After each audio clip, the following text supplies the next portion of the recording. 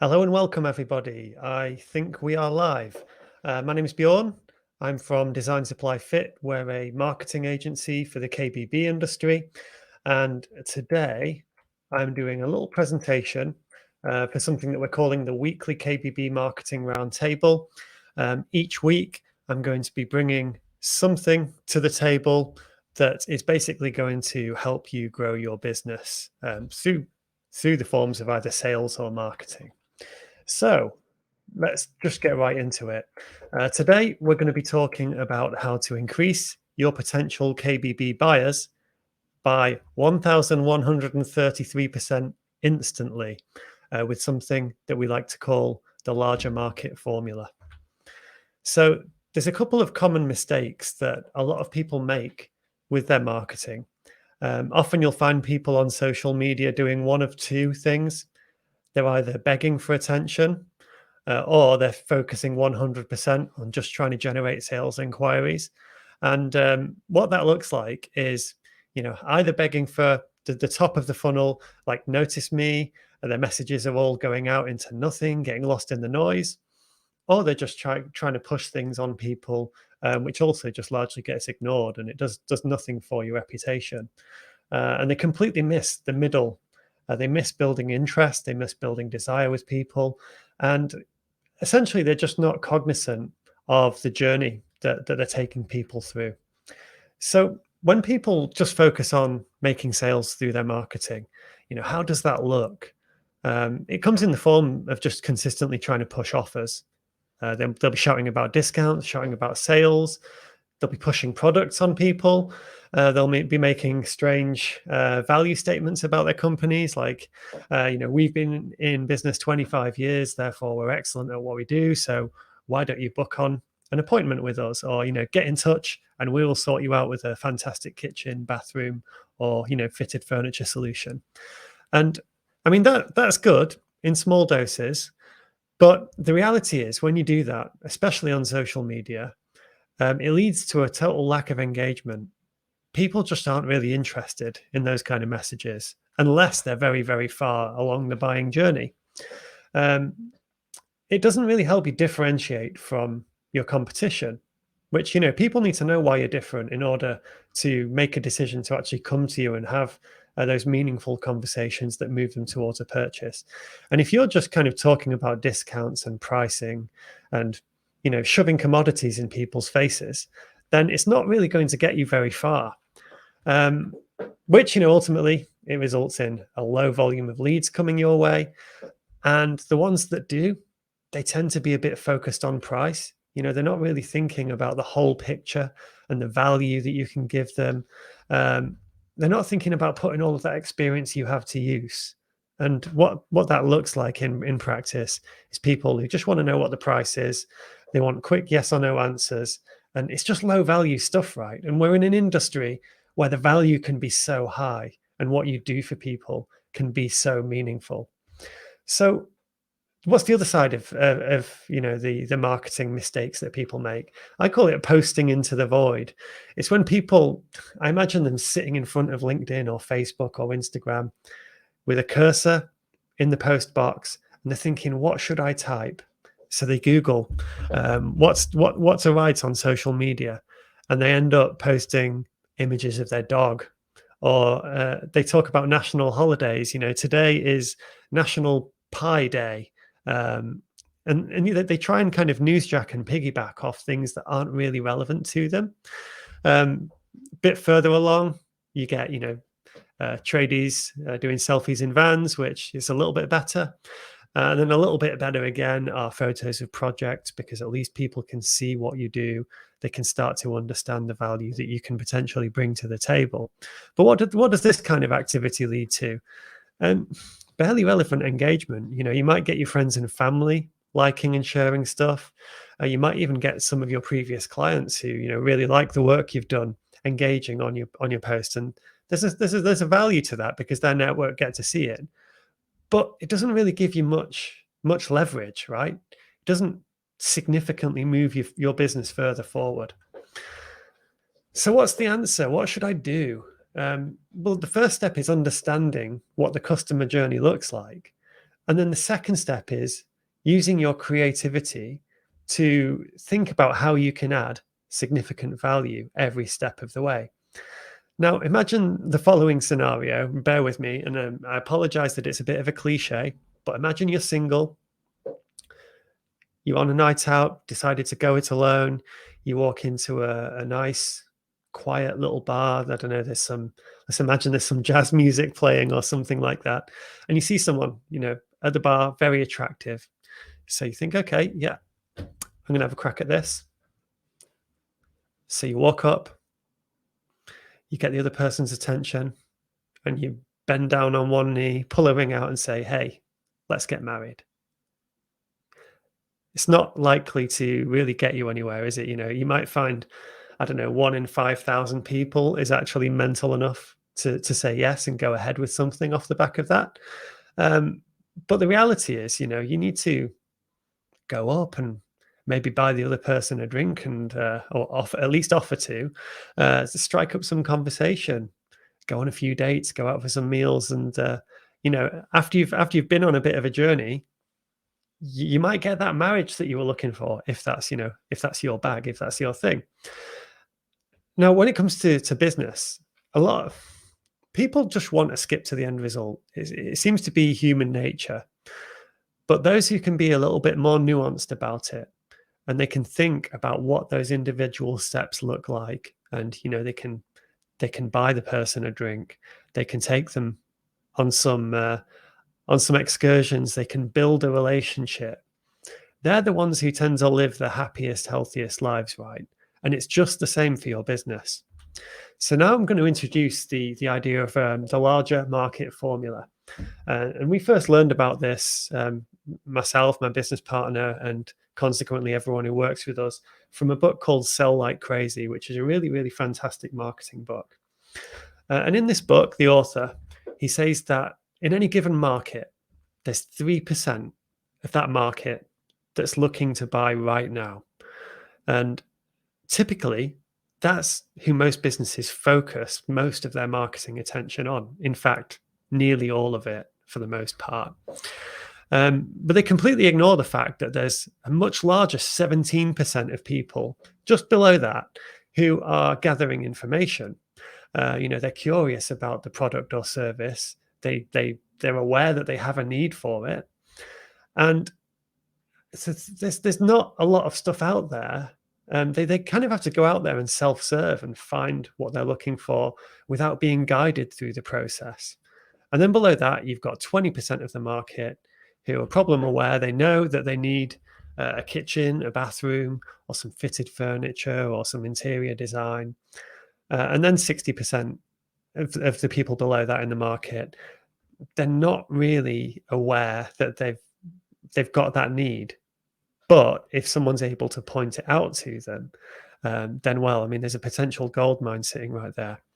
And how all of this looks in practice. If you look at let's say you've got a website. Hopefully, most of you do. If you look at the statistics for your website, you'll find that nearly half of all of the traffic that visits your website bounces. And what that means is they click on a link, they go to a page, and they go straight back off it without even looking at or reading anything. So that, for the purpose of this, we'll say 47%, just makes the numbers fit a little bit nicer. 50% of the people, approximately, if you've got a fairly decent website, will actually be interested, and they'll read some pages and maybe click on multiple pages. But if you've got an excellent website, a really, really good one, 3% of people who visit your website will actually follow some call to action. They'll book an appointment, or they'll make a contact request, they'll fill in a contact form, or they'll give you a call or something like that. 3% out of, potentially thousands of people visiting your website, or in a lot of small businesses cases, it can be hundreds. 3%, it's not really very much, right? It'd be much nicer if it was 10% or 20%, or God, even 50%. So this brings us on to, what we call like surveying the ocean. Now, what we've got here is this diagram is fairly complicated, so bear with me. This diagonal line that you can see going from the top left to the bottom right, indicates the size of the market, or how many people that you have to sell to. Um, Going from left to right, from the blue ocean over to the red ocean, you've got the level of market sophistication running along the bottom. You've got people at the very left in the blue ocean who are unconsciously unaware that they've got a need that could be serviced and their lives could be better because of it. And then right over to the right hand side, you've got people who have an acute awareness of their need that requires fulfilling. And they're very sophisticated. They've probably looked at multiple product ranges already and they've got a good idea of what they want to buy. They're just looking for the right person to buy it from. Now, the problem is in the red ocean, we call it the red ocean because um, that's where all the competition is. You know, the sharks are in the water. It's bloody. The competition is totally fierce. And what you find is that the people who are looking to buy, who are in that zone, they're very product focused, and they're very, very price sensitive because chances are they're being courted by multiple people who are trying to sell what they do, and they've got the power, right? The buyer's got the power in that situation. They can they can make their decision, and the person who's going to give them the best of what they want is ultimately the person who's going to be chosen. Um, Alongside that, you've also got the least opportunity to add value. The customer's already at the end of their journey. You know, you've only got so much time to educate them in the things that they need to make an informed decision. Whereas in the middle, you've got people who are problem aware, they're solution aware. It's fairly competitive in that space. You'll find things that social proof, um, backed up claims that you're able to make, testimonials, case studies. They'll work really well for people who are in that zone. Um, if you're in that zone, it's a much, much healthier place and much better for your kind of mental well-being than being exclusively in the red ocean. And you can see there's actually a considerably bigger market size there as well. And then the blue ocean is, that's the dream, that's the promised land where you want to be. Your competition aren't there because they don't understand how to take a customer from not being aware right through to that kind of point where they're putting money on the table. Often they've not got the patience for it. They've not got the systems to be able to facilitate people through that journey. But if you can get to this place, even as a local service-based businesses, where people in the area, they know you, they know that if they should even start thinking about something, you're the people to come to, then that's really where you want to be, and that's where you have the most potential for growth. So I hope all of that makes sense. If it doesn't, you can ask me later any questions in the Q&A section. Now, one of my favorite quotes is, "You can get everything in life you want if you will just help enough other people get what they want." It's by a sales trainer called Zig Ziglar, and it holds very, very true for marketing. So we like to push something that I call systemized giving, and effectively it relies on the fact that the more that you give, the more you're able to give at scale, the more you're likely to get in return. And of course, in business, it is important to get something in return. It's best if you can give just for the want and the need to give and add value to people. And if you can make that most of your compulsion in this, then you'll never lose. You'll absolutely never lose. However, we're running businesses. We need to make money. It is important to make sure that things are set up so that you're able to receive in return. Now, you might be thinking, well, yeah, but what do I have to give? Well, um, it's the things that you probably try and post about in some way, shape, or form, but just miss the mark slightly with it. You've got a lot of experience in what you do. No doubt you're very good at it. And there's a lot of nuance. The more you can educate people about these types of things, the more you stand to gain their custom when it's time for them to make that purchase. You've got a lot of knowledge that can be shared. And as a buyer who's potentially in the dark, they don't know what they're doing or what they should be looking for, the more of that you can pass on, the more trust you'll build up along the way. And then the other big thing is inspiration. I like to think that a lot of buyers, they have they have a gut feeling for the type of thing they want. It's like a fuzzy mess in their brain. Now, if you're positioned as an expert to help turn that fuzzy mess into something crystal, something finite that they can touch, they can see, there's a huge, huge, huge amount of value in that for them, right? That's value that you can pass on from yourself to them. You can fish all of this stuff out of their heads and make it real. And you want to think about it like they're the hero of the story and you're the guide. You're guiding, you're helping them through their journey. And you do that by giving them consistent value at the specific points where they need it. And in doing this, you build a really great relationship, a really strong relationship. And humans were reciprocal beings. If somebody does good things for us, we want to do good things back. And the more that balance gets out of favor, the more you give and give and give and give and give, the more, sorry to be a bit kind of woo-woo about it, but the more the universe kind of conspires to give you back, the more each person you come across will actually want to, go ahead and use your services. They're like, he might be a bit more expensive than the other people we've been looking at, but gosh, they're so helpful. They've helped us at so many different stages. My confidence in this person is really, really high.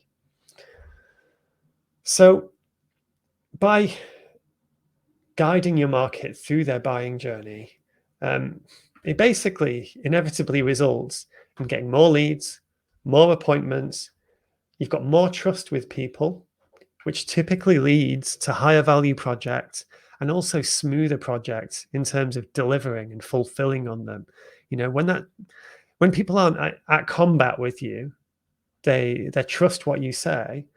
Then if you tell them that the supply of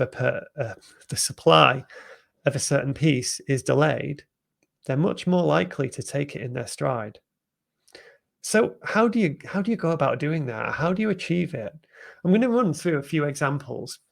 The first one we've got is a normal kind of organic marketing approach that a lot of businesses kind of take by default. A lot of it's driven by inaction. They do the things that they think they ought to do or they've been told to do, like get a website, and then they expect the website to fix their problems.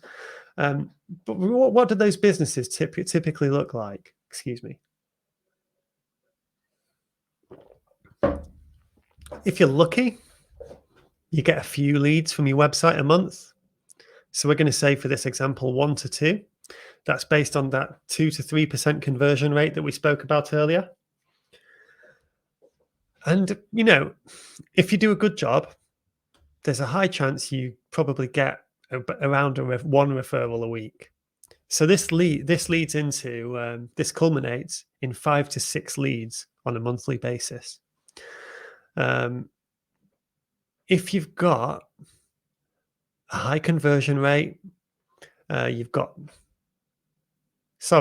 you'll have a really high conversion rate due to the strength of referrals. When somebody actually refers somebody your way, you're leveraging the trust that you've already built with the customer, the client that you've already dealt with, and some of that gets passed on to the person they're pushing your way, which results in just like really high levels of sales, really high probability of that sale coming off. And they're probably going to spend around the same thing that the person who referred them your way did, because that's what they're expecting. And going through the motions with this, you can reasonably expect to sell 2 to 4 projects per month at a decent value. And the longer you're in business, the slowly more and more that will creep up and up and up. You get these family-run businesses that have been in the game for 60 years, and they don't really need to do any marketing. A lot of them are kind of they're comfortable where they're at. They've built a good team. They've got lots of referrals coming their way because people have always dealt with them.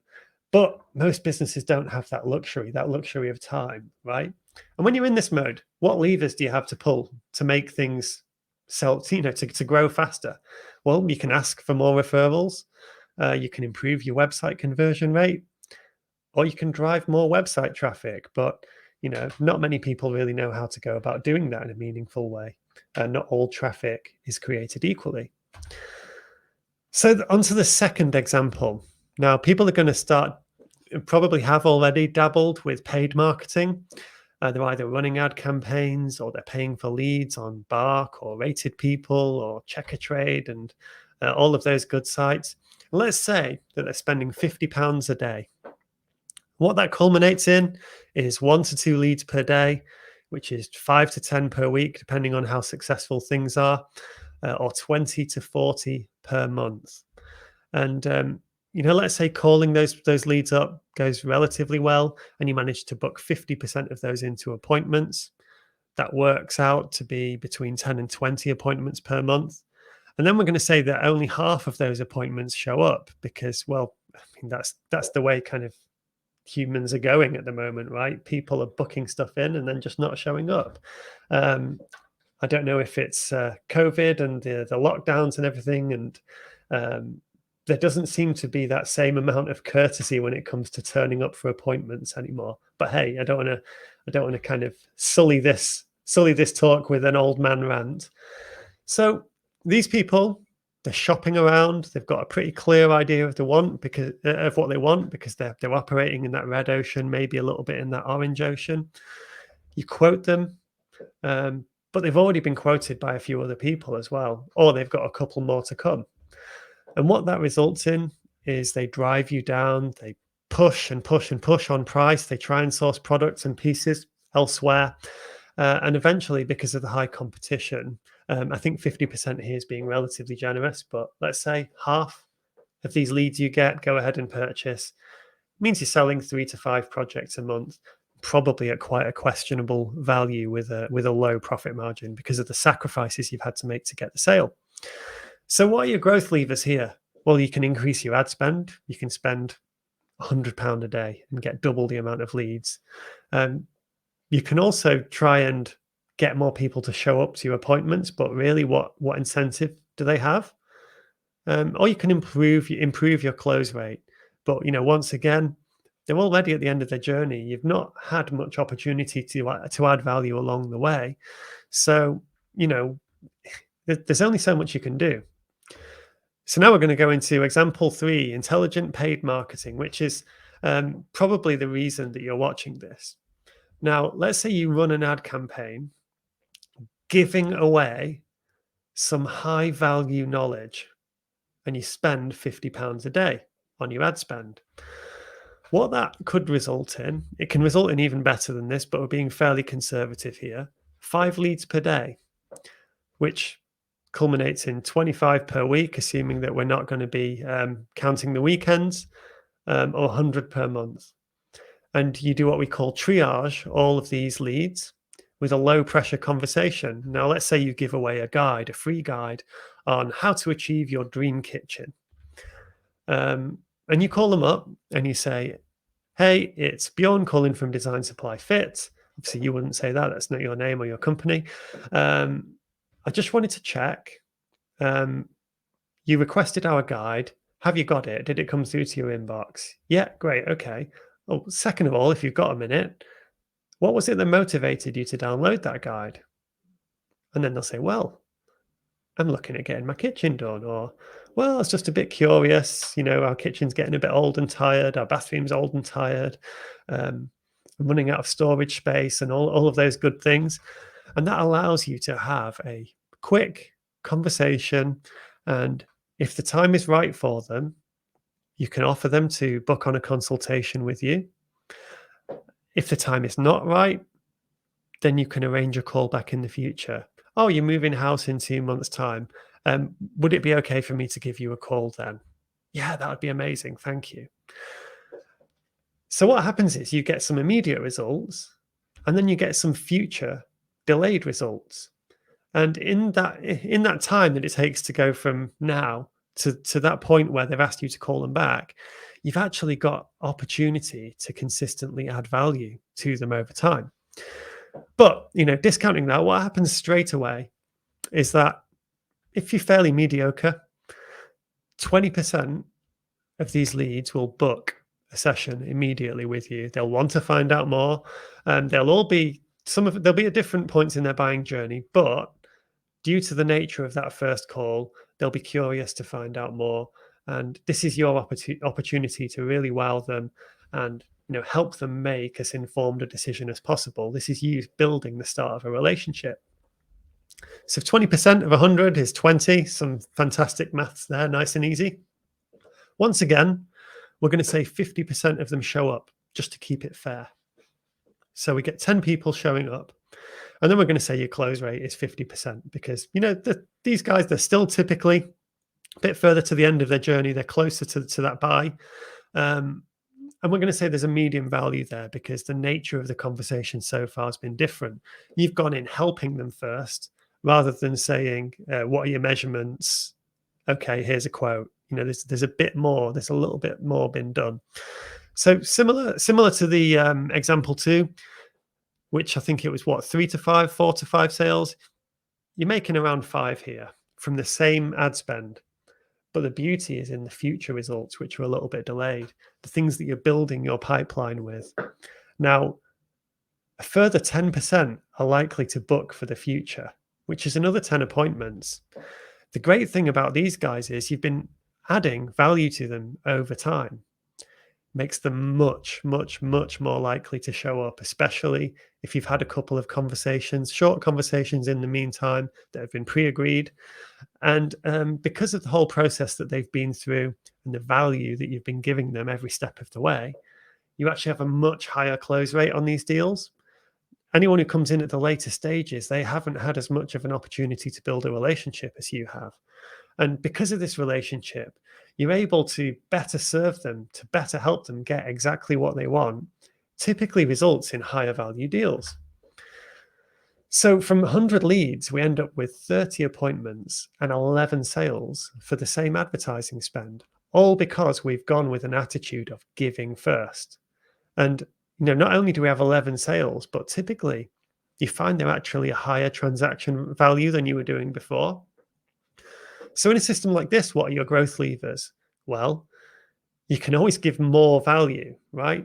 You can turn more of what's up here into things, brochures, leaflets, guides, case studies that you can give away to help educate your leads list. And that means you're going to get more from it. You can increase your ad spend to get more leads in because you're giving that, that cost per lead is typically very, very effective. You can improve your appointment show up rate. There's things you can put in place, just the same as example 2 on that one, improve your close rate, but then also improve the long-term nurture that you put in place for those that take a bit longer. So here's what an example looks like in terms of a sales funnel. You've got all of your traffic sources on the left. You may have more, you may have less. It doesn't really matter. You point that traffic to a page where you're giving something away that's super relevant to them for free. They go into your CRM system. Well, sorry, straight away, the next thank you page actually has the possibility, the ability for them to book an appointment with you, which means if you're giving them something, but they're ready to make a decision quickly and they're in that final stage, they can just take action and go. So you don't miss out on those people who are ready to buy. But for the rest, they go into your CRM. You have a team that gives them a call, gives them that triage call. You book them onto the meeting. You do what you do in your sales process and take them through to that purchase and enjoy everything that has to bring to you. So, we work with quite a few clients now. We've been in the KBB industry for just over a year now. And furthermore, we've been a marketing agency dealing in all different verticals for just over 7 years now. Now, you can see there's various deals and things cracking off on this page, but the part I'm really excited to show you is this client here. I screenshotted this today. He's been with us just under 6 weeks. And when he came, when we're having the sales calls with him, he said, Bjorn, I'm actually down to my last £10,000. And I said, well, really the last thing you want to be doing is spending that on a marketing retainer with us. You need that to survive. And he said, well, let me tell you, I either carry on doing what I'm doing and in a couple of months I'm going to be bust and I'm going to have to fold up, or I try something and we see what we can make happen. Um, so I'm happy to say that, like, literally just under 6 weeks progress, he's got ridiculous pipeline value. I think it's around 250 grand's worth of potential deals that are in his pipeline. You can see that he's quoted for 154, well, nearly 155 grand's worth of work here, and he's already closed, getting on for 50 grand's worth of work. He's in a much better position than he was than when he first came to us. And I'm happy, because it would have been horrible if everything went wrong. But thankfully, what we're talking about here, it really works. So on the left, you can see that these are people that we've given value to. And then the purpose is to take them along their journey, give them as much advice and support as we can, until we can eventually quote on a job and win it. And the great news is, like, this is the start. This is the start of this guy's business journey. It's only going to get stronger on a month to month basis as we start to filter through to those who were captured at the start, but they take a little bit longer to make a decision, or their move date's a bit further away, and all of that good stuff. So if you've made it this far, congratulations. And we do offer a free KBB strategy session. We talk about where you're at now, where you'd like to be in 12 months. We tell you what it's going to take to get there. We've actually spoken to over 2,000 KBB companies in the UK, and we've got a very good idea of what success looks like now. And then if it looks like there's a potential for us to help, if it looks like there's a way for us to accelerate that journey and get you where you want to go, we'll tell you what the whole system looks like, what it costs, and allow you to make an informed decision, exactly the same as I'm kind of like telling you to do with your potential leads and clients here. So that is everything from me today. I hope you got some really good value from that. If you have any questions, or you would like to get in touch, you can contact me at bjorn@designsupplyfit.com. And that's a no without the umlaut in the Bjorn, BJORN, @designsupplyfit.com. Or you can contact us through our website, designsupplyfit.com, book a strategy session, and that's that. So I hope you got value, and I'll see you same time next week.